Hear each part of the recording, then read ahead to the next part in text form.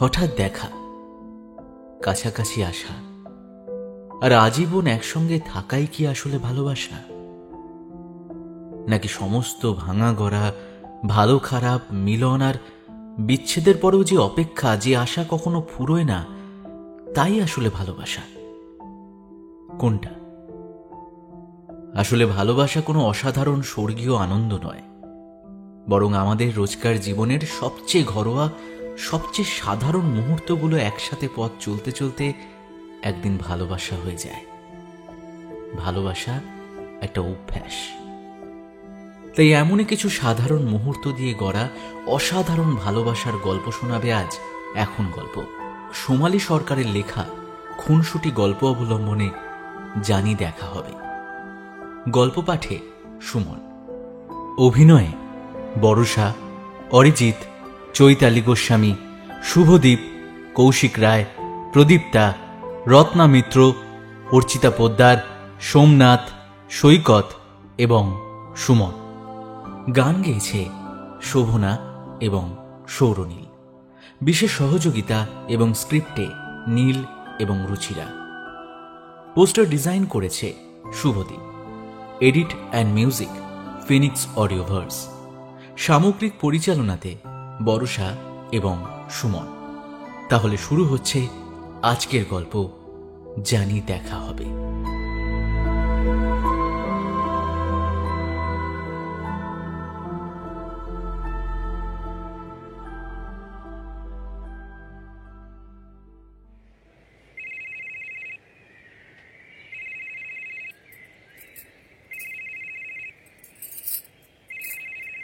রিজু, এই রিজু, ওঠো না। কি গো, সে কখন থেকে ফোনটা বাজছে দেখো তো। আরে আমি তো রান্নাঘরে মামুনির সঙ্গে আছি, তুমি একটু ফোনটা ধরো না। রিজু, শুনতে পাচ্ছ না নাকি? দেখেছো মামুনি তোমার ছেলেকে? নিশ্চয়ই বাপি মা ফোনটা করেছে, জানো তো। ওর জন্মদিনের দিন সকালবেলায় মারা তো ফোন করে একবার করে, আর এই ছেলেটাকে দেখো, ধুর, ভাল লাগে না। যখন তোর সঙ্গে দেখা করতে যেত তখন তো ভোরবেলা উঠে হাত মুখ না ধুয়ে বেরিয়ে পড়তো। এখন তোকে কাছে পেয়ে গেছে তো, তাই আর ভোর দেখতে ইচ্ছেই করে না। মামনির কথায় লজ্জা পেয়ে যায় তৃষা। হাতটা ধুয়ে বেডরুমে ঢোকে সে। রিজু তখনও বালিশে মুখ গুজে ঘুমোচ্ছে। আজ রবিবার, তার অফিস যাওয়া নেই। রিজু পেশায় একজন ব্যবসায়ী, গানটাও বেশ ভালোই করে। প্রফেশনাল না হলেও নিজের খুব ক্লোজ বন্ধুদের অনুষ্ঠানে তার গান সবাই শুনতে চায়। তৃষার খুব ইচ্ছে ছিল গানটাকেই প্রফেশন করুক রিজু, কিন্তু রিজু মনে করে গানটা তার প্যাশন। বাড়িতে মাত্র ওরা তিনটে প্রাণী, রিজু, রিজুর মা আর তৃষা। রিজু, এই রিজু। তৃষা এক হাতে রিজুকে ধাক্কা দিয়ে আর এক হাতে কল ব্যাক করে বাপি আর মাকে। ঘুম চোখে রিজু বলে, কি হলো এই সকাল সকাল ধাক্কা মারছো কেন? আর একটু ঘুমোতে দাও না।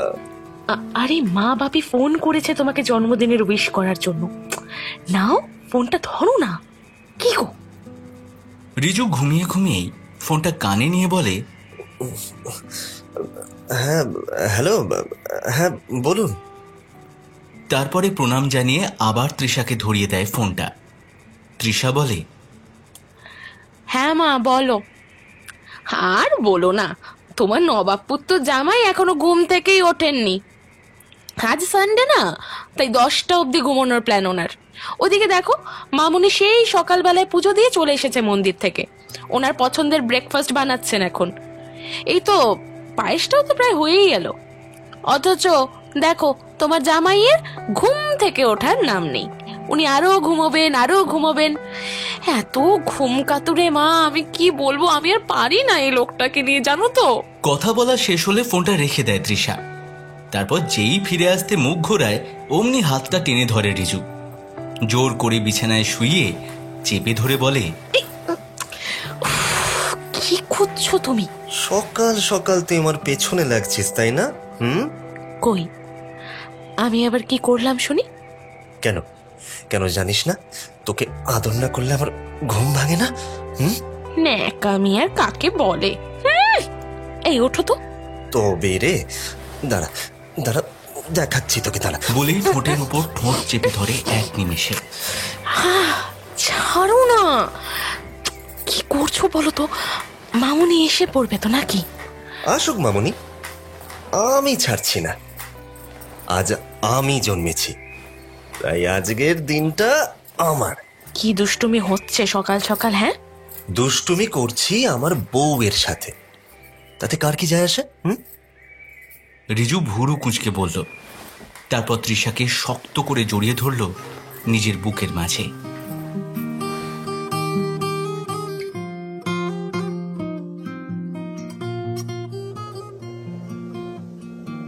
দমকা হাওয়ায় হঠাৎ কাঁচ ভাঙার আওয়াজ। চমকে উঠল তৃষা। রিজুর ছবিটা মাটিতে পড়ে গিয়ে চূর্ণ বিচূর্ণ, চারিদিকে ছড়িয়ে গেছে কাঁচের টুকরোগুলো। আজ রিজুর ৬০তম জন্মদিন। তৃষার চুলে পাক ধরেছে। বিগত ৫ বছর এই ফ্ল্যাটটা জড়িয়ে রয়েছে রিজুর স্মৃতিতে। আকস্মিক মৃত্যুতে থমকে গেছে সবকিছু, অথচ মনে হয় কদিন আগেই ওরা শুরু করেছিল পথ চলা। জীবনের প্রতিটা মুহূর্তে হাতে হাত রেখে একই পথে হেঁটেছিল ওরা। মিষ্টি মধু স্মৃতিতে আজও রিজু বেঁচে আছে তার অন্তরে ছায়া সঙ্গী হয়ে। এই ফ্ল্যাটের এই ঘরটার সবকিছুতেই এখনো হৃদস্পন্দন শুনতে পায় তৃষা। ঘুমের মধ্যে আদরের স্পর্শ অনুভূতি দেয় এখনো। আজ ওর জন্মদিনে স্মৃতির পাতা উল্টে বড্ড হাসি পাচ্ছে তৃষার।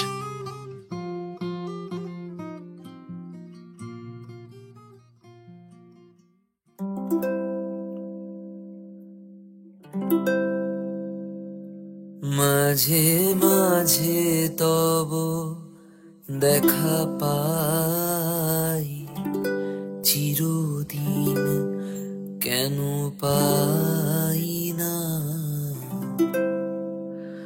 মাঝে মাঝে তব দেখা পাই, চিরদিন কেন পাই না। কেন মেঘ আসে হৃদয় আকাশে, কেন মেঘ আসে হৃদয় আকাশে, তোমারে দেখিতে দেয় না। মোহ মেঘে তোমারে অন্ধ করে রাখে, তোমারে দেখিতে দেয় না। মাঝে মাঝে তব দেখা পাই, চিরদিন কেন পাই না। এই যে শুনছেন? রিজুর গানের শেষে প্রশ্নটা ছুঁড়ে দিয়েছিল তৃষা। শ্যামবর্ণ ছেলেটা চমকে গিয়ে বলেছিল, হ্যাঁ, আমাকে বলছেন? হ্যাঁ, আপনাকেই বলছি। আচ্ছা, আপনি সবসময় সানগ্লাস পরেন কেন বলুন তো? আপনাকে না ওই দক্ষিণের সিনেমার ভিলেনের মতো লাগে, জানেন তো? হঠাৎ করে এরকম একটা মতামতে বেশ অবাক হয়েছিল রিজু। তারপর বলেছিল, হ্যাঁ হ্যাঁ, আপনি ঠিকই বলেছেন, আমি ভিলেনই বটে। না, আমার ভালো লাগে না আপনার চোখ দুটো ঢাকা থাকলে। জানেন তো, মুখের হাসির সঙ্গে চোখের গভীরতা বড্ড মানানসই। এভাবেই তো ভালো লাগে আপনাকে। কি হয় শুনি এভাবে থাকতে? হ্যাঁ, অবাক হয়ে রিজু শুধু দেখে যাচ্ছিল মেয়েটাকে। ফর্সা ছিপছিপে গরম, আর মাথা ভর্তি ম্যাগি কার্ল চুল, আর চোখে মুখে নেই কোনো লজ্জা, যেন দুরন্ত ঝড়, চঞ্চল হরিণী, দৃষ্টির গভীরতায় হারিয়ে যাওয়ার রহস্য। এক দেখায় যার প্রেমে পড়া যায়, ঠিক এমনটাই ঘটেছিল। হঠাৎ করেই প্রেমে পড়েছিল রিজু। পাড়ার কাউন্সিলর হিসেবে সবাই রিজুকে ভীষণ ভালোবাসে। মানুষের জন্য সে প্রাণপণে খেটে চলে, তাদের সেবায় দিন রাত এক করে দেয় সে। সবার মনে তার আধিপত্য সীমাহীন। সর্বক্ষণ মুখে লেগেই থাকে এক টুকরো হাসির ঝলক, আর সেই হাসিতে সবাই যেন গলে যায় নিমেষে। তাই এবার শীতের পিকনিকটা দীঘাতে হবে ঠিক করলো পাড়ার ছেলেরা। পাড়ার বেশিরভাগ লোকই তাতে পার্টিসিপেট করে। তৃষাও যাবে সেই পিকনিকে। অবশ্য তার যাওয়ার একটাই কারণ, সেটা হলো রিজু। আজকাল মনের গভীরে রিজু পাকাপাকি বসবাস শুরু করেছে। তার গান রাতের অন্ধকারে কোথা থেকে যেন ভেসে আসে বাতাসের সাথে। কি সুন্দর সেই গলার আওয়াজ, মনকে বড্ড আপ্লুত করে তার।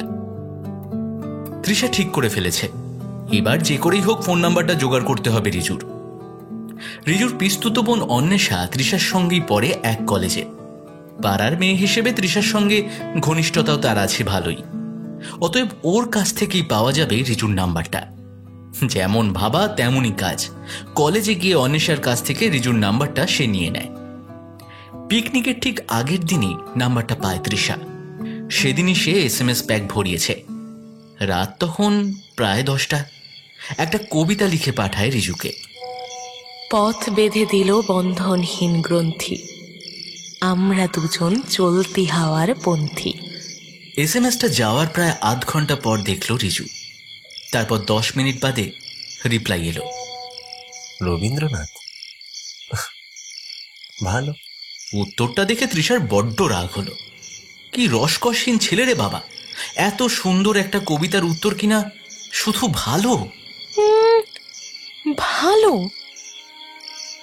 উফ, কি বিরসিক রে বাবা! এই SMS-টা যদি আমি অন্য কোনো ছেলেকে করতাম না, তাহলে সে এখানেই গলে যেত। আর একে দেখো, ভালো, শুধু একটা ভালো। মনে মনে বলল তৃষা। রাগের ঠেলায় সেদিন আর কোনো SMS করল না সে। পরদিন ভোরবেলাতেই ওদের রওনা হতে হবে দীঘার উদ্দেশ্যে। মনে মনে একটা দারুণ এক্সাইটমেন্ট। রোজকার স্বভাবের মতোই সকালে ঘুম থেকে উঠে মোবাইলটা হাতে নিল তৃষা। দেখে একটা মেসেজ এসেছে। গুড মর্নিং উইশটা এসেছে রিজুর নাম্বার থেকে। মেসেজ দেখেই মনটা ভালো হয়ে গেল তার। SMS-এর প্রত্যুত্তরে তৃষাও পাঠালো গুড মর্নিং। তারপরই মায়ের চিৎকারে সম্বিত ফিরে পেল সে। এই তৃষা, শিগগির নিচে আয়, দেরি হয়ে যাচ্ছে, রেডি হতে হবে। আধ ঘন্টা বাদেই বাস ছাড়বে পাড়ার মাঠ থেকে। স্নান সেরে তড়িঘড়ি নীল রঙের সালোয়ার কামিজটা পরে নিল। চুলটাকে হালকা বেনি করেছে, চোখে কাজল, ঠোঁটে হালকা লাল রঙের লিপস্টিক। সব মিলিয়ে ভীষণ সুন্দর দেখাচ্ছে তৃষাকে। যাই হোক, অবশেষে তৃষা রওনা দিল গাড়ির উদ্দেশ্যে এবং প্রথমেই গিয়ে চোখ পড়ল রিজুর ওপর। ডেনিম ব্লু জিন্সের সঙ্গে কালো টি শার্ট। উফ, কি সুন্দর দেখাচ্ছে ওকে। কিন্তু ওই যে সব কিছুকে ঢেকে দিয়ে সেই চোখে একটা সানগ্লাস। অসহ্য লাগে তৃষার। চোখটা রিজুর দিকে আটকে থাকতে থাকতেই হঠাৎ মনে হলো রিজু ওর দিকে যেন তাকিয়ে আছে, অথচ কালো সানগ্লাসের আড়ালে ওর চোখ দুটো ঢাকা বলে বোঝার উপায় নেই। এত করে বললাম ওদিন, আবার সেই সানগ্লাসটা পড়েছে। ছেলেটা বড্ড পেয়ারা তো। মনে মনে বেশ রাগ হয় তৃষার। এদিকে একে একে সবাই বাসে উঠতে থাকে। তৃষা আর অন্বেষা একসাথে বসেছে। তখনও ওদের পাশের সিটটা খালি। তৃষা মনে মনে প্রার্থনা করতে লাগলো ওখানে যেন রিজুই বসে, আর যেমন বলা তেমন কাজ। ভগবান বোধহয় এত কুইক সার্ভিস আর কোথাও দেয়নি। বাস ছাড়ার ঠিক 1 মিনিট আগে ওর পাশে এসে বসলো রিজু। কথা বলার মতো তেমন সুযোগ বা সাহস কোনোটাই মিলল না ঠিকই, কিন্তু একে অপরের দিকে আর চোখে তাকাতে কেউই কারুর চেয়ে কম যায় না। দুপুরের মধ্যেই ওদের বাসটা পৌঁছে গেল দীঘায়। দীঘা পৌঁছে একটা হোটেল ভাড়া করা হয়েছিল ওদের জন্য। প্রত্যেকের ফ্যামিলি পিছু একটি ঘর বরাদ্দ হয়েছিল। ঘরে জিনিসপত্র রেখে অনেকেই সমুদ্রে স্নানের জন্য বেরোলো। তৃষা ওর বাবা মার সঙ্গে বেরোলো বটে, কিন্তু বেড়াতে বা সমুদ্র স্নানে মন নেই তার। খেতে বসতে ঘুরতে কোনো সময় যেন স্থির থাকতে পারছে না তৃষা। এক অদ্ভুত অনুভূতি বারবার টেনে নিয়ে যাচ্ছে রিজুর কাছে। এই 2 দিনে রিজু আর তৃষার একটি কথাও হয়নি। যেটুকু হয়েছে সবটাই চোখের আদান প্রদানে। ফেরার দিনও হয়তো সেই একই রকম ভাবে দুজনে পাশাপাশি বসবে ভেবেছিল তৃষা, কিন্তু তেমনটার হলো কই। অদ্ভুতভাবে রিজু যেন ওকে এড়িয়ে যাচ্ছে বলে মনে হলো। ওর পাশে ফাঁকা সিট থাকতেও একদম পিছনের সিটে গিয়ে বসলো রিজু। তৃষা বারবার পিছন ফিরে তাকালেও বুঝতে পারল পেছন থেকে কোনো চোখ তার দিকে তাকাচ্ছে না। বড্ড অভিমান হয় তৃষার। মনের ভেতরটা কেমন হু হু করে উঠল। রিজু হয়তো বোঝেই না তৃষার মনের কথা, কিন্তু তৃষা সে কি করবে? ও তো এটাও জানে না রিজুর মনে ওর জন্য কি আছে। হয়তো ওর মনের এই ভালো লাগা থেকে ভালোবাসা অবধি পথটা রিজুকে কোনোভাবেই ছুঁয়ে যায়নি কখনো। মনের ভেতর উতল হাওয়ার ঢেউ, হারিয়ে যাচ্ছে কোথাও যেন সময়। ও কি বুঝবে না চোখের ভাষা? বুঝবে কি ভালোবাসা কারে কয়? অপেক্ষার এই মান অভিমান খেলা, তারই ফাঁকে বলার সময় কথা। সমুদ্রের ওই বালিয়ারি জুড়ে নাম লিখেছি তোমার। ভালো লাগায় হঠাৎ ভালোবাসা। বুঝতে পারো মনের অবস্থা?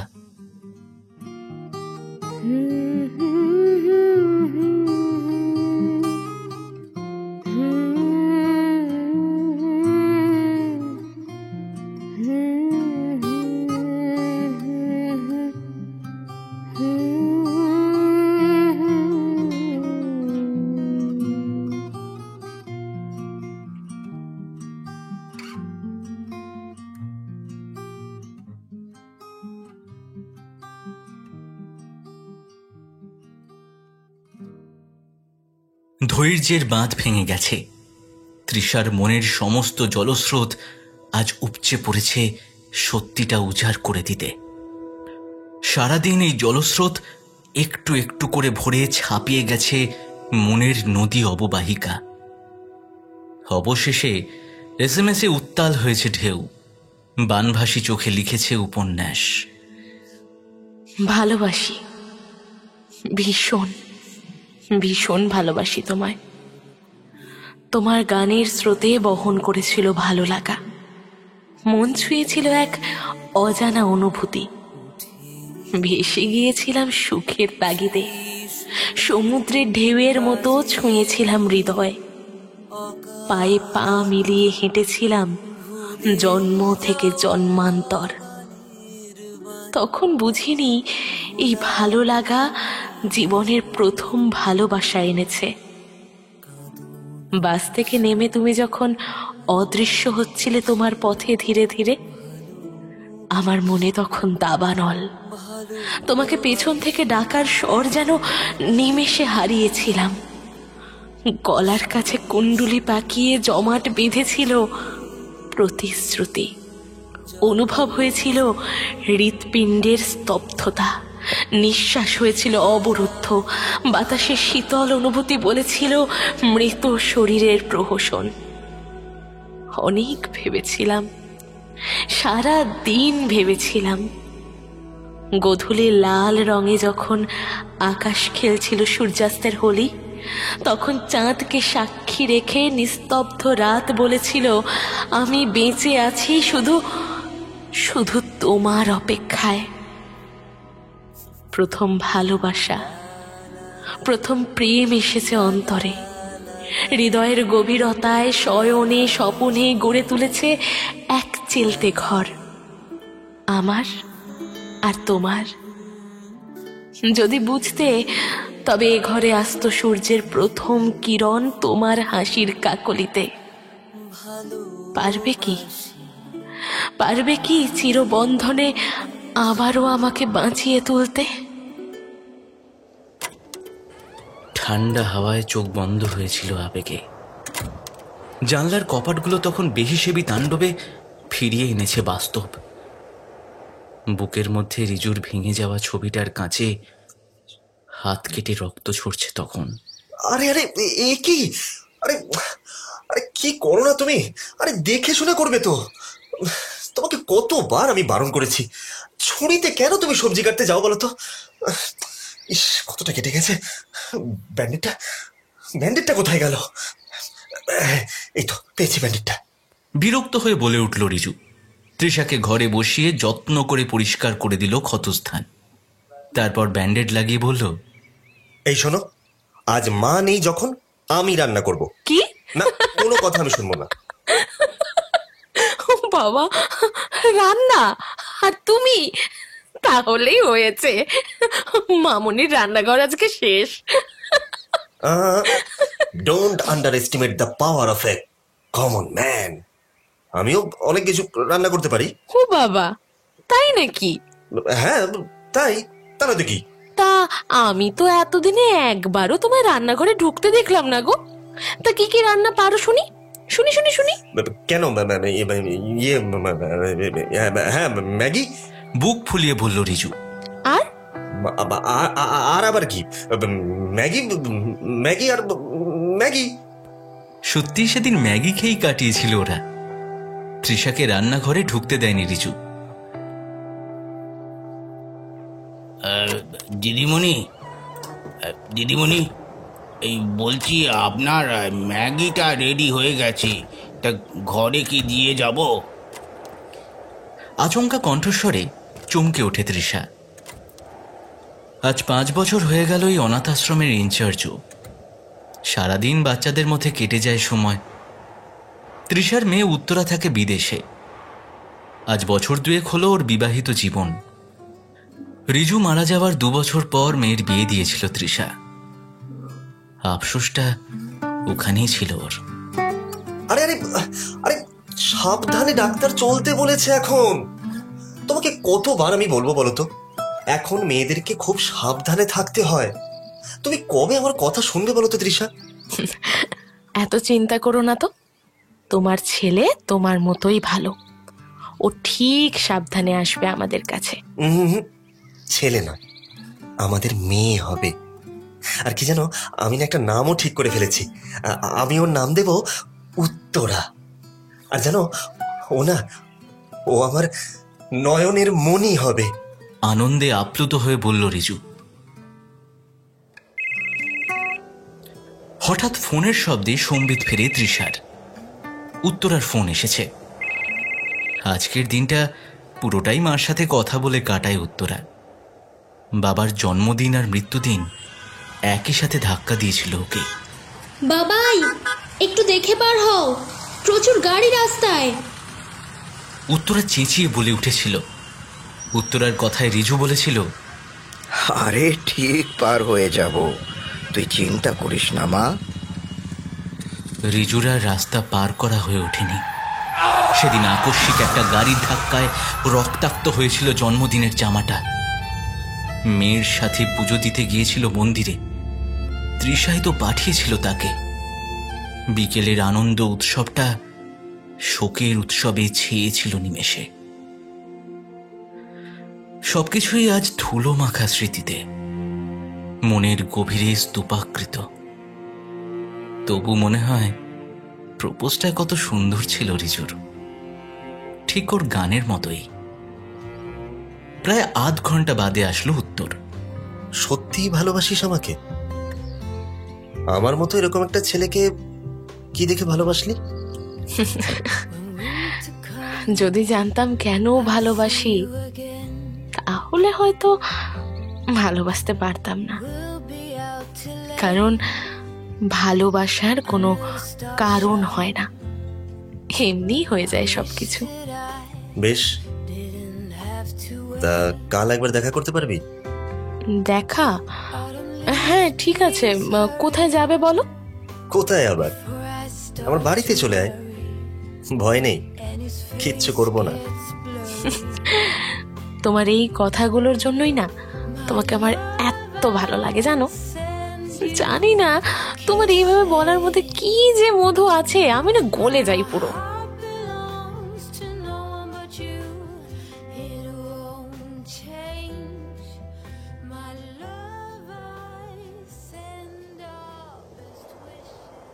মা, তোমার মনে পড়ে তোমার জন্মদিনের দিন বাবা কেমন তোমায় ভয় পাইয়ে দিয়েছিল? উত্তরার কণ্ঠে এই প্রশ্নে সত্যি হেসে উঠল তৃষা। তোর বাবার তো সেই কবে থেকেই খুনসুটি করা স্বভাব। জন্মদিনের দিন আসলোই না সারাদিন, একটা ফোন পর্যন্ত নেই। আমার সে কি দুশ্চিন্তা। তারপরে বাবু রাত্রির বেলা কেক গিফট নিয়ে একেবারে চমকে দিয়েছে ঘুমের মধ্যে। খুব রাগ হয়েছিল জানিস।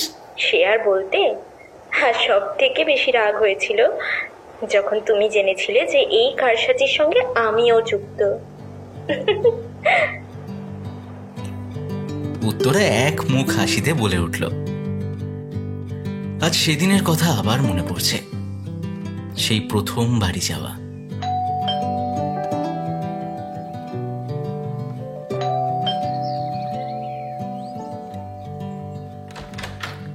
ও মা, তৃষা তুই? আয় আয়, ভেতরে আয়, ভেতরে আয়।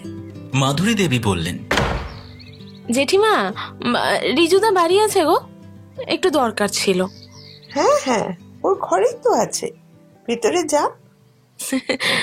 এক টুকরো হাসিতে মুখ ভরিয়ে ঘরে ঢুকল তৃষা। হাফ প্যান্ট আর ধূসর রঙের গেঞ্জি পরে খবরের কাগজ মুখে ধরে বসে আছে রিজু। দরজার কাছে আসতেই মুখ না তুলেই রিজু বলল, ভিতরে আয়। তৃষা অবাক হয়ে দাঁড়িয়ে রইল, মনে মনে ভাবল, কি করে বুঝলো আমি এসেছি? কিরে, বললাম তো ভেতরে আয়। কাগজটা মুখের সামনে থেকে সরিয়ে মুখ তুলে তাকিয়ে রিজু কথাটা বলল। গুটি গুটি পায়ে ভেতরে ঢুকল তৃষা, ইশারা করে বসতে বলল। তারপর তৃষার খুব কাছে এগিয়ে সে চোখে চোখ রেখে বলল, আচ্ছা তৃষা, কি এমন দেখলি বলতো আমার মধ্যে ভালোবাসার মতো? দেখ তৃষা, ভালোবাসা কিন্তু একটা যুদ্ধ। পারবি তো সারাটা জীবন সহ্য করতে? পরে কিন্তু বলিস না যে আমার মস্ত বড় ভুল হয়ে গেছে। চোখ থেকে চোখ সরায়নি তৃষা। মনের ভেতর একটা সাহস তাকে যেন আরো এগিয়ে নিয়ে গেল রিজুর দিকে। রিজুও অবাক দৃষ্টিতে চেয়ে আছে তৃষার দিকে। ঠোঁট নড়ল দুজনেরই, তবে কোনো শব্দ বাক্য হয়ে ধ্বনিত হলো না। গভীরতায় ব্যক্ত হলো ভালোবাসার চিরন্তন রূপ।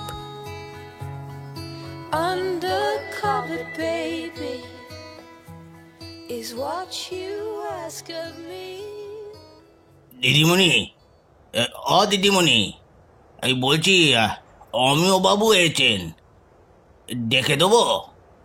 হঠাৎ আবারও দ্বিতীয়বার রামুর কণ্ঠস্বরে স্মৃতি থেকে জাগল তৃষা। ওদিকে ফোনেও হ্যালো হ্যালো করে যাচ্ছে উত্তরা।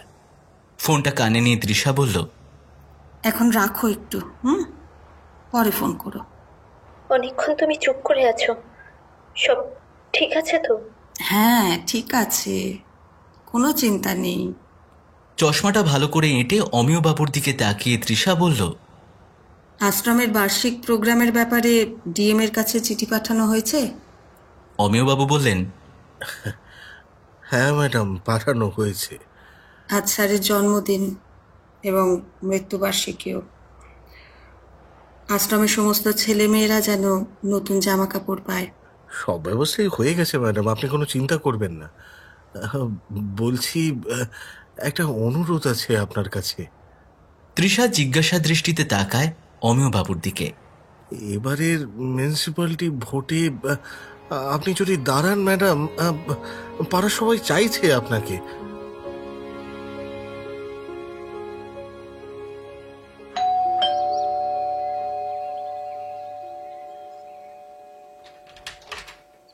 কাকিমা, তৃষা বাড়িতে আছে? রিজুর প্রশ্ন শুনে তৃষার মা ঐন্দ্রিলা দেবী ঘুরে তাকিয়ে বলল, হ্যাঁ আছে তো, ওপরের ঘরেই আছে, যা। তৃষার মাকে জিজ্ঞেস করে রিজু প্রায় 2-3টে সিঁড়ি টপকে পৌঁছে গেল তৃষার ঘরে। রিজুকে দেখতেই তৃষা বলল, আরে তুমি এত সকাল সকাল? কি ব্যাপার? হ্যাঁ, আমার জন্য মন খারাপ লাগছিল বুঝি? তৃষার এসব কথায় কান না করে রিজু বলল, তুই ভোটে দাঁড়াচ্ছিস?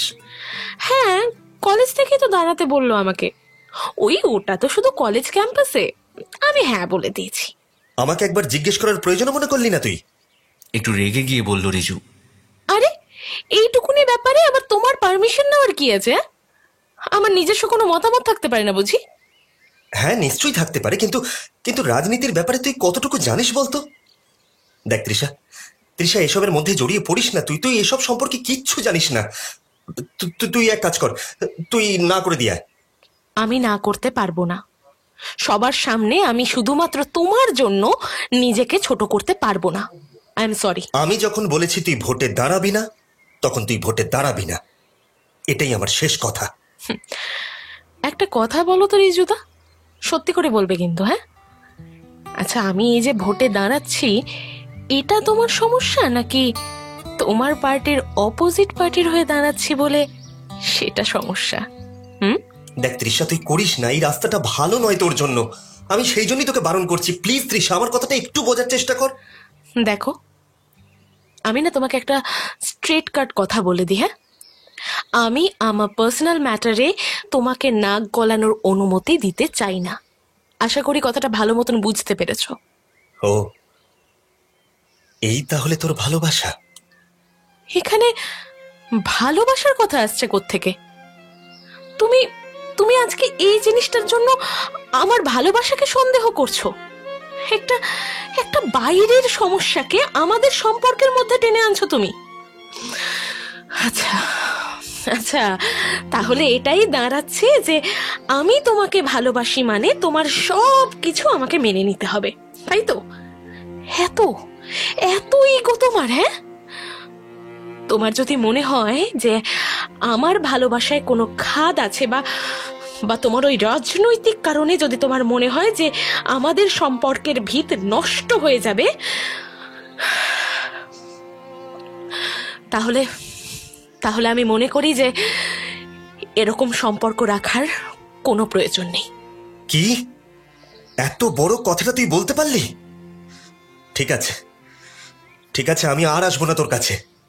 রেগে মেগে চলে গেল রিজু।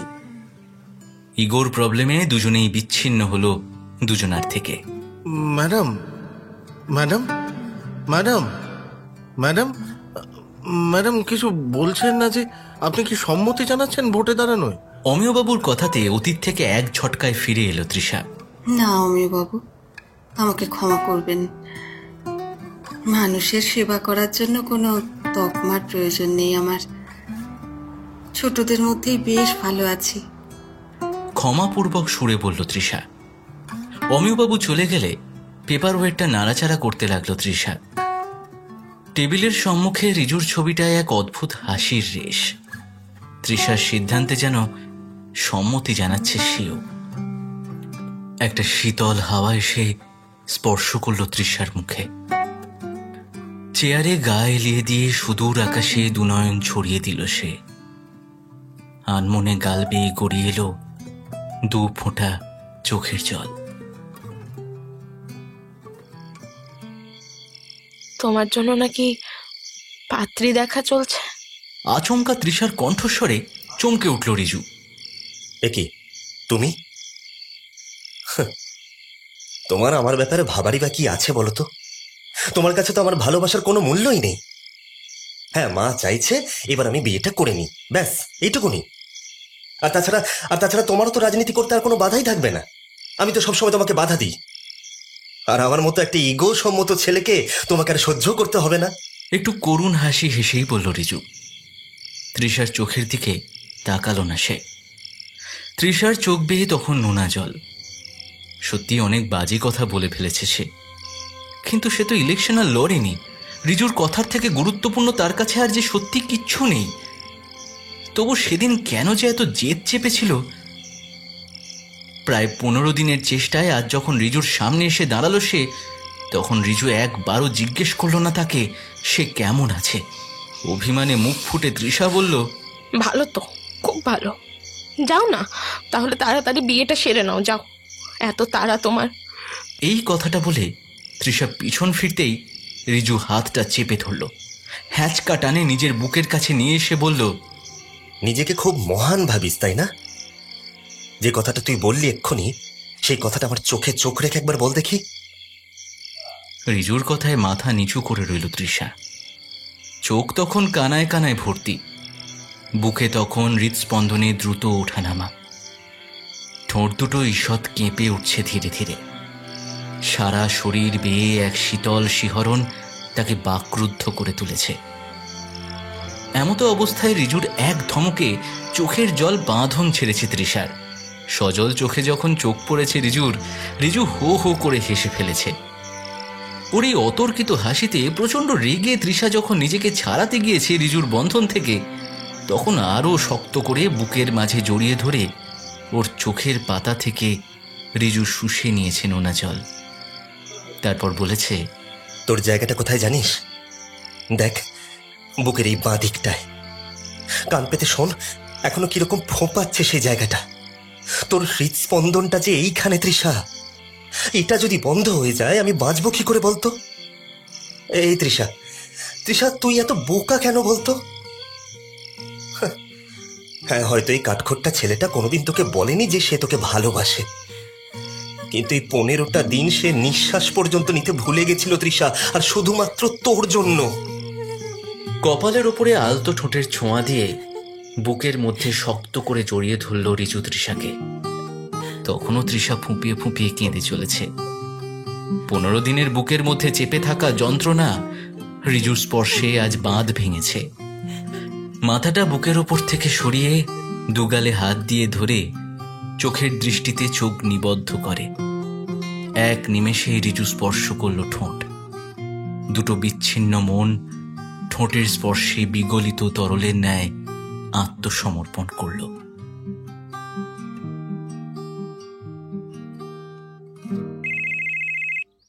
আবারও রিংটোনের আওয়াজে সম্বিত ফিরল তৃষার। চোখের কোণে তখনও জলের বিন্দু। হ্যাঁ বলো তোরা, একটু ব্যস্ত ছিলাম মা।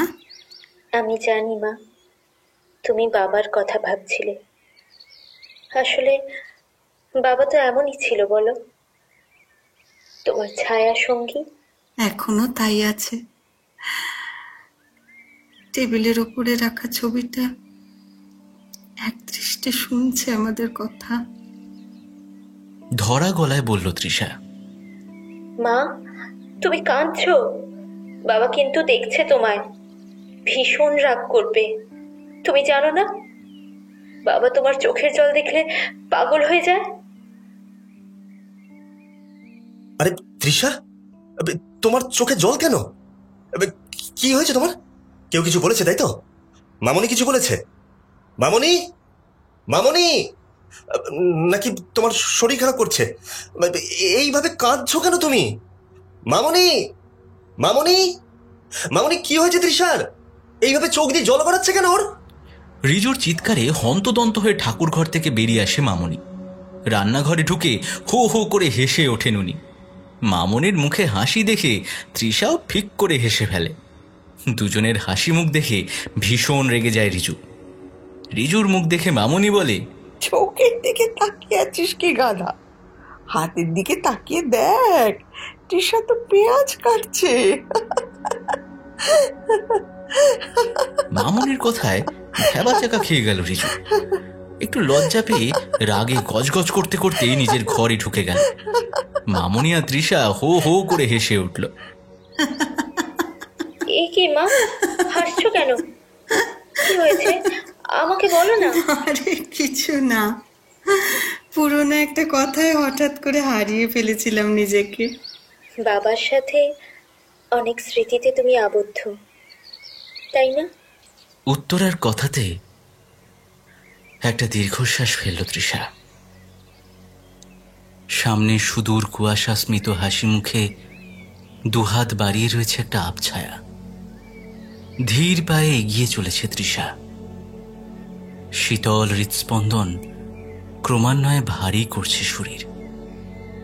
বিন্দু বিন্দু ঘামে এক আত্মায় বিলীন হচ্ছে। স্মিত হাসি মুখটা ক্রমান্বয়ে স্পষ্ট হচ্ছে ধীরে ধীরে। কি অদ্ভুত শান্তি অনুভব হচ্ছে বুকের মাঝে। বোধহয় সব যন্ত্রণার অবসান। হ্যালো হ্যালো মা, হ্যালো মা, শুনতে পাচ্ছ? মা, মা কথা বলছো না কেন? মা, ও মা, হ্যালো মা। উত্তেজিত স্বরে বলল উত্তরা, কিন্তু না, কোনো আওয়াজ ভেসে আসলো না। অচিরেই কেটে গেল ফোনটা। দিদিমণি, দিদিমণি, এ কি, এ শরীর তো পুরো ঠান্ডা হয়ে গেছে। এই কে কোথায় আছো? আমাদের দিদিমণি পড়ে গেছে মেঝেতে, এক্ষুনি অ্যাম্বুলেন্স ডাকো। কে আছিস? অ্যাম্বুলেন্স ডাকো শিগগিরই। অ্যাম্বুলেন্সের তীব্র আওয়াজ ছুটল হসপিটালের দিকে। অ্যাম্বুলেন্সের আওয়াজ ক্রমান্বয়ে ক্ষীণ হয়ে আসছে, চোখের সামনে আবছা হয়ে ভেসে উঠছে।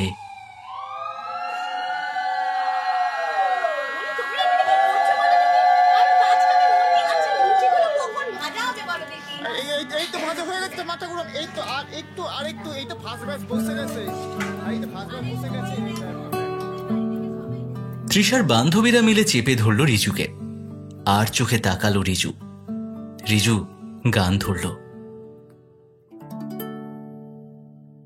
শিশুরে সাগর কুলে বাঁধন খুলে অতল রোদন উঠে দুলে, শিশুরে বাজে মনে অকারণে ভুলে যাওয়া গানের বাণী, ভোলা দিনের বাঁধন, কাঁদন হাসি ভালোবাসি ভালোবাসি ভালোবাসি ভালোবাসি, সেই সুরে কাছে দূরে জলে স্থলে বাজায়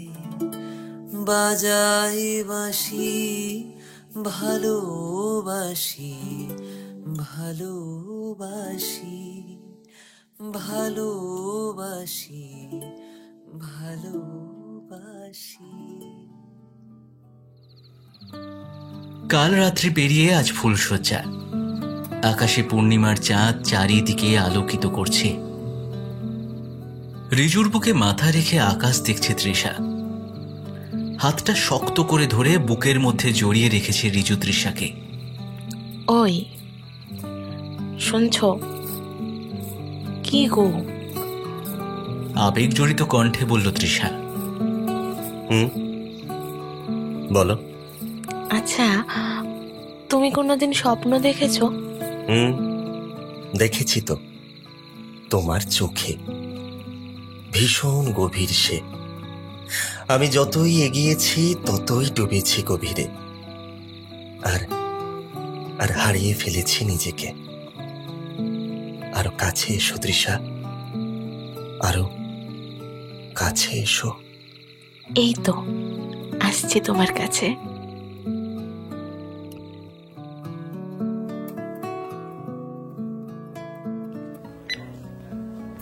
দিদিমণি, দিদিমণি, কোথায় কষ্ট হচ্ছে আপনার? একটু তাড়াতাড়ি করুন না, আপনারা একটু তাড়াতাড়ি করুন না দিদিমণি। দিদিমণি। অঝরে কেঁদে চলেছে রামু। অক্সিজেন মাস্কে জমছে জলবিন্দু। বুকের পাঁজর ভেদ করে হৃৎপিণ্ডের ওঠানামা স্পষ্ট হচ্ছে ধীরে ধীরে।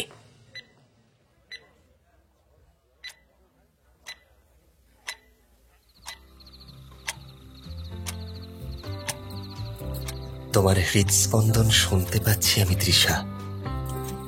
তাই? কি বলছে সে? রিজুর চোখে চোখ রেখে বলল তৃষা। রিজু হেসে বলল, রোজ সকালে বাজারের ফর্দ আর বউয়ের সেবা যত্নের লিস্ট। তুমি না বড্ড আনরোম্যান্টিক জানো। ফুলশয্যার রাতে এসব কেউ বলে বুঝি? সত্যিই আনরোম্যান্টিক? তাহলে কদিন আগের দুপুরে যে। লজ্জায় মুখ ঢাকল রিজুর বুকে। রিজু পাঁজা কোলা করে তুলে নিল তৃষাকে।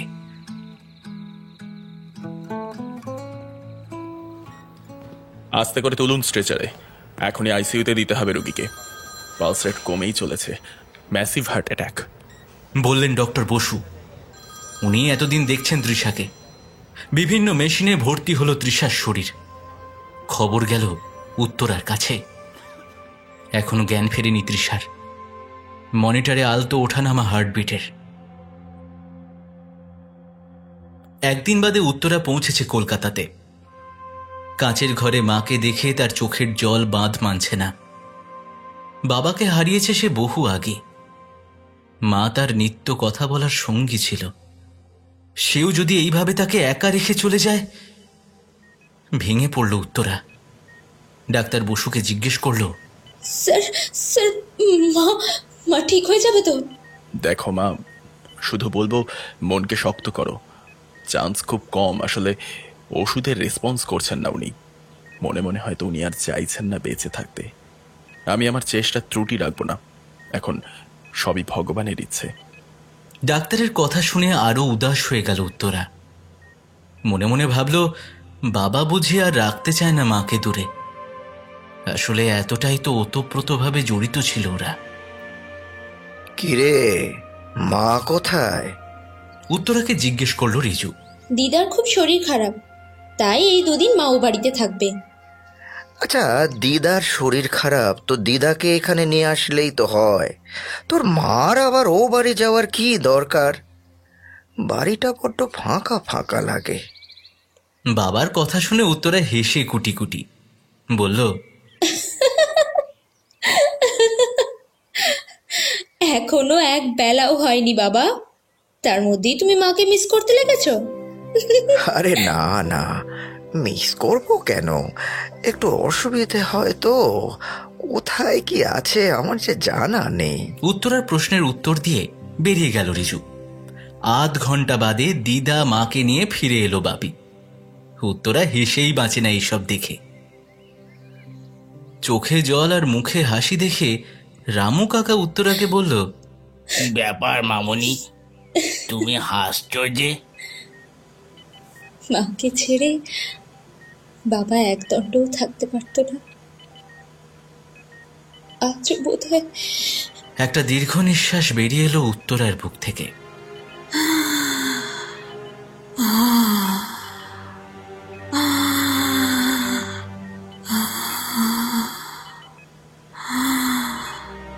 আমি কি মৃত্যু নাকি জীবিত? চারিদিক শুধু অন্ধকার হয়ে যাচ্ছে, আর এর মধ্যে এক চিলতে আলোতে দুহাত বাড়িয়ে দাঁড়িয়ে আছে রিজু। অথচ কিছুতেই পারছি না আমি ওকে ছুঁয়ে দেখতে। সেদিনও তো আমাকে আর ছুঁয়ে দেখিনি।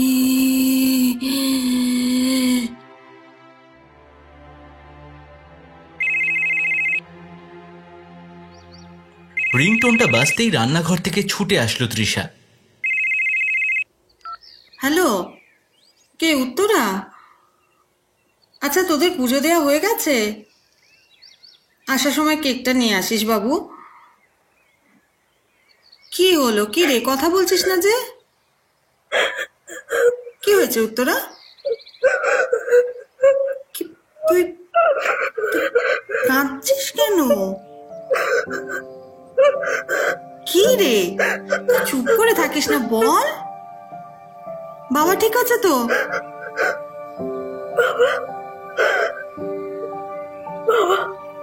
বাবা আর নেই মা। বাজে কথা বলবি না, সত্যি করে বল কি হয়েছে। না মা, না, বাজে কথা নয়, একটা অ্যাক্সিডেন্টে বাবা শেষ। হাত থেকে ফোনটা পড়ে গেল তৃষার। কিছুতেই হতে পারে না, কিছুতেই হতে পারে না।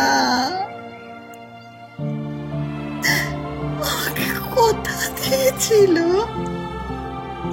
কোনদিন ছেড়ে যাবে না।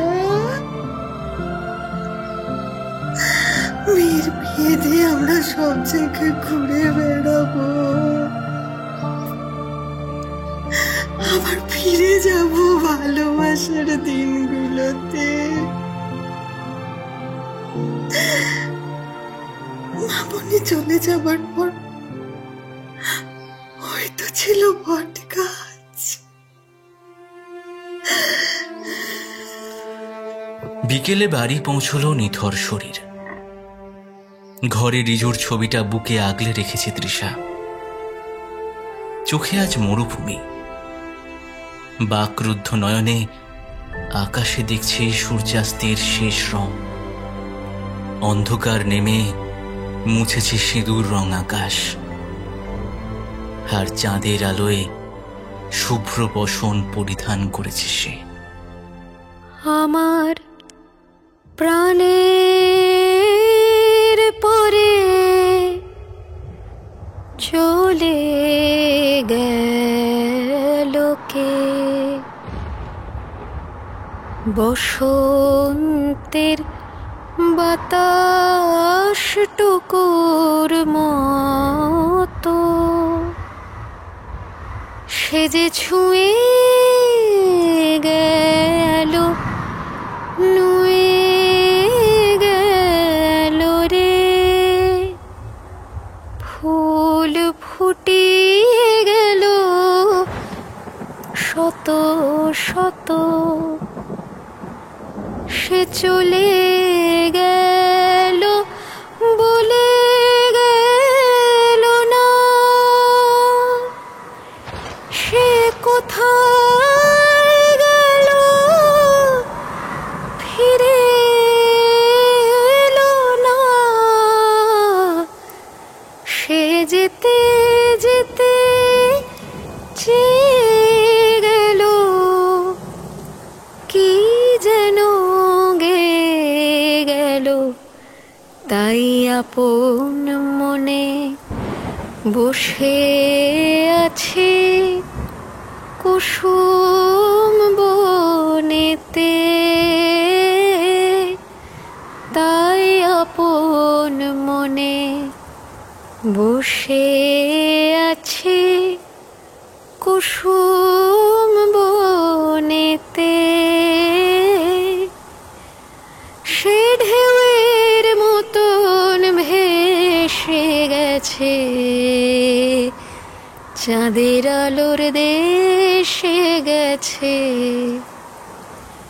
যেখান দিয়ে হেসে গেছে হাসি তার রেখে গেছে রে। মনে হলো আঁখের কোণে আমায় যেন ডেকে গেছে সে। আমি কোথায় যাব, কোথায় যাব ভাবতেছি তাই একলা বসে। আমার প্রাণের পরে চলে গেল।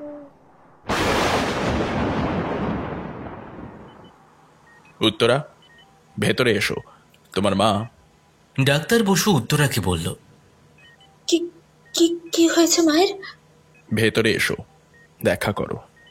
উত্তরা ভিতরে গেল, মায়ের হাত ধরে বলল, মা, মা কোথায় কষ্ট হচ্ছে মা? ডাক্তার ওষুধ দিয়েছে তো, সব ঠিক হয়ে যাবে মা। ফিসফিসিয়ে তৃষা বলল, যেতে হবে মা।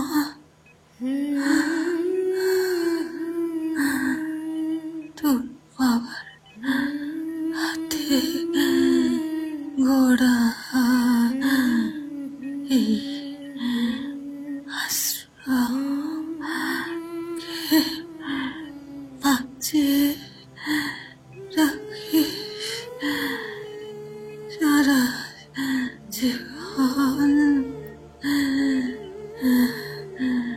নিজের খেয়াল রাখিস। জামাই খেয়াল রাখিস।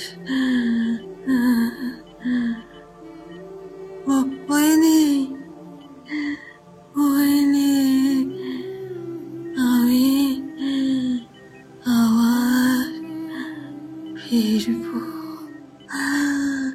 তোর কোলে। তুই এবার হবি আমার মা। চোখে অশ্রু ঝরছে মা মেয়ের। তারই মধ্যে তৃষার মুখে এক মুক্তির হাসি।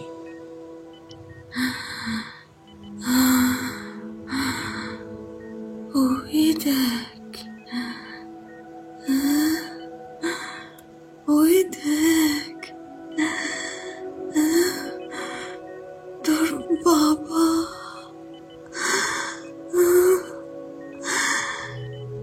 কেমন মিটি মিটি হাসছে।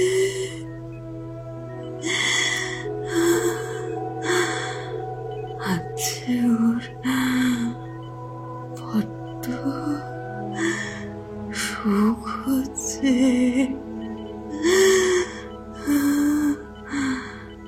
জানিস ও আমাকে ছেড়ে একদিন থাকতে পারেনি।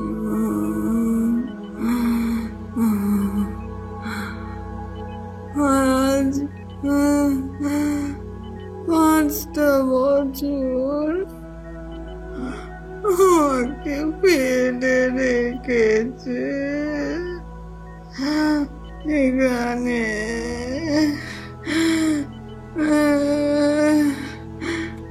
কষ্ট হয়তো বল।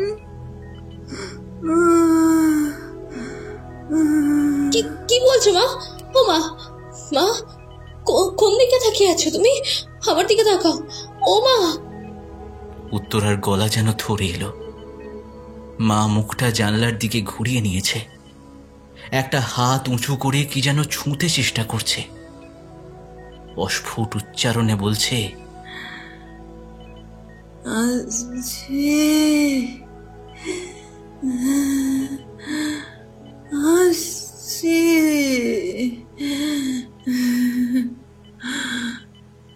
আর কোনদিন থাকবি না তো দূরে?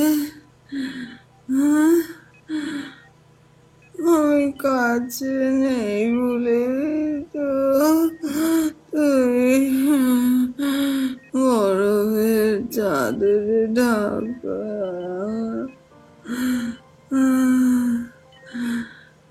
হৃদস্পন্দন একেবারে শীতল।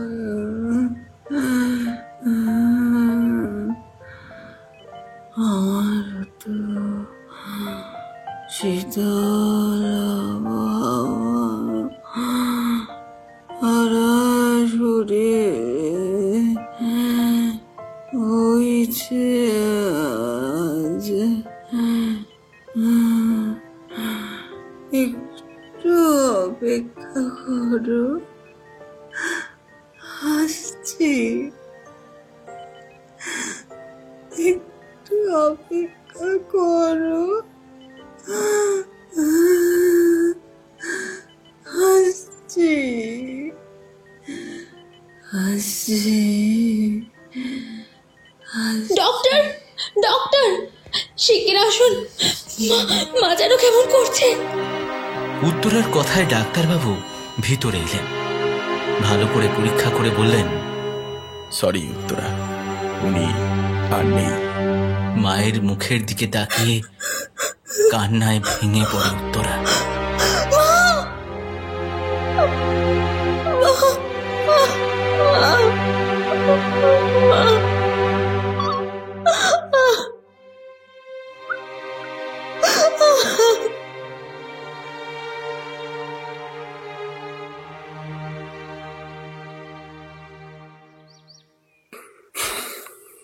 উত্তরা, এই উত্তরা, মায়ের ঘরটায় এসে তুমি এত কি ভাবছো বলো তো? তুহিন বলল। হাতের কাজটা ফেলে রেখে জানলার দিকে মুখ করে উত্তরা বলল, মায়ের এই ঘরটা কতটা পরিপাটি, তাই না? এই ঘরের প্রত্যেকটা জিনিসের মধ্যে রয়েছে ভালোবাসা। বাবা মা দুজন দুজনকে খুব ভালোবাসতেন। একটা জিনিস দেখবে তুহিন? কি জিনিস? উৎসাহের সঙ্গে তুহিন এগিয়ে গিয়ে বলল। দাঁড়াও, আনছি, একটু বসো।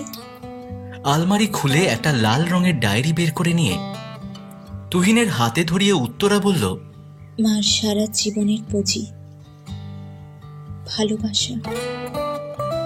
এই ডায়েরির আনাচে কানাচে ছড়িয়ে আছে বাবার সঙ্গে মায়ের স্মৃতি। চলো না দুজন মিলে পড়ি। তুহিনের কথায় উৎসাহিত উত্তরা পড়তে শুরু করলো মায়ের ডায়েরি, যে ডায়েরিটা নাম দিয়েছিল মা ভালোবাসা। ডায়েরির প্রথম পৃষ্ঠার লেখাটা পড়তে পড়তে হারিয়ে যাচ্ছিল উত্তরা। উত্তরে হাওয়ার সাথে ভেসে আসছিল সদ্য শিউলির গন্ধ। মার প্রথম প্রেম তো এসেছিল এই শরতেই। তুহিনের হাতটা শক্ত করে ধরে উত্তরা পড়ছিল মায়ের প্রথম প্রেমের অনুভূতি। যতবার দেখি তাকে মনে হয় এ দেখাই শেষ দেখা নয়। বহুদিন বহু বছর ধরে দেখে চলেছি এক অদৃশ্য মানবকে। এ তো তুমি, শুধুই তুমি। তার আকারে শুধু দেখেছি হৃৎপিণ্ড, চোখের গভীরতায় সমুদ্র, ঠোঁটে ছিল হারিয়ে যাওয়ার রহস্য। আমি বোধহয় তাকে দেখেছি বহুবার, বহু স্বপনে। উত্তরে একটু থামে, জল ভরা চোখে তুহিনের দিকে তাকায়। ওদের অলক্ষ্যেই সন্ধ্যা ঘনিয়ে এসেছে। এই আলো আধারিতে ডায়েরির পাতাতেই তৃষা রিজু আনমনে ছুঁয়ে যায় ফেলে আসা সময়। ঘর শূন্য, কিন্তু তাদের উপস্থিতি আজও জীবন্ত ঘরের কোণে কোণে। উন্মুক্ত হয় স্মৃতিরা। এই তো সেদিনের কথা। আলতা পায়ে রাঙা দুটো চরণ প্রথম দিয়েছিল পা। মাস পেরিয়ে বছর আসতেই এসেছিল ছোট্ট উত্তরা। স্মৃতির মাঝে 5টা বছর হারিয়েছিল শুধু, তবুও যেন ছায়া তার ছিল পিছু পিছু। অবশেষে সময় এলো, আবার নতুন হলাম। দুটো শরীর এক আত্মায় বিলীন হয়ে গেলাম।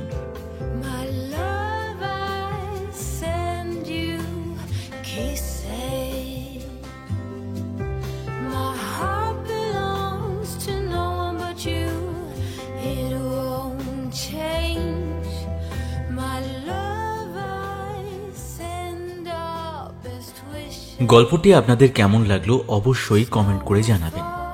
আর ভালো লাগলে চ্যানেলটি সাবস্ক্রাইব করতে ভুলবেন না। একটা দারুণ সুখবর রয়েছে আপনাদের জন্য। এখন আপনার লেখা গল্পও শুনতে পারেন আমাদের এখন গল্প ইউটিউব চ্যানেলে। আপনার লেখা ভৌতিক, অলৌকিক, সাসপেন্স, থ্রিলার অথবা প্রেমের গল্প পাঠাতে পারেন আমাদের মেলের মাধ্যমে ekhongolpo@gmail.com এই ঠিকানায়। কমপক্ষে 2টি গল্প পাঠাবেন। গল্পটি অবশ্যই মৌলিক এবং পূর্বে অডিও রূপান্তর হয়নি এমন হতে হবে। গল্পের শব্দ সংখ্যা হবে কমপক্ষে 4000। সাথে পাঠাবেন আপনার একটি ছবি এবং ফোন নাম্বার। আজ আমাদের সাথে ছিল আমাদের বন্ধু চ্যানেল পার্টনার্স বং স্টোরি সার্কেল, রেনি টেলস এবং অপু দুর্গার পাঁচালী। তাদের চ্যানেলের লিংক ডেসক্রিপশনে দেওয়া রইল। তাহলে দেখা হচ্ছে খুব তাড়াতাড়ি আগামী গল্পে। শুভরাত্রি।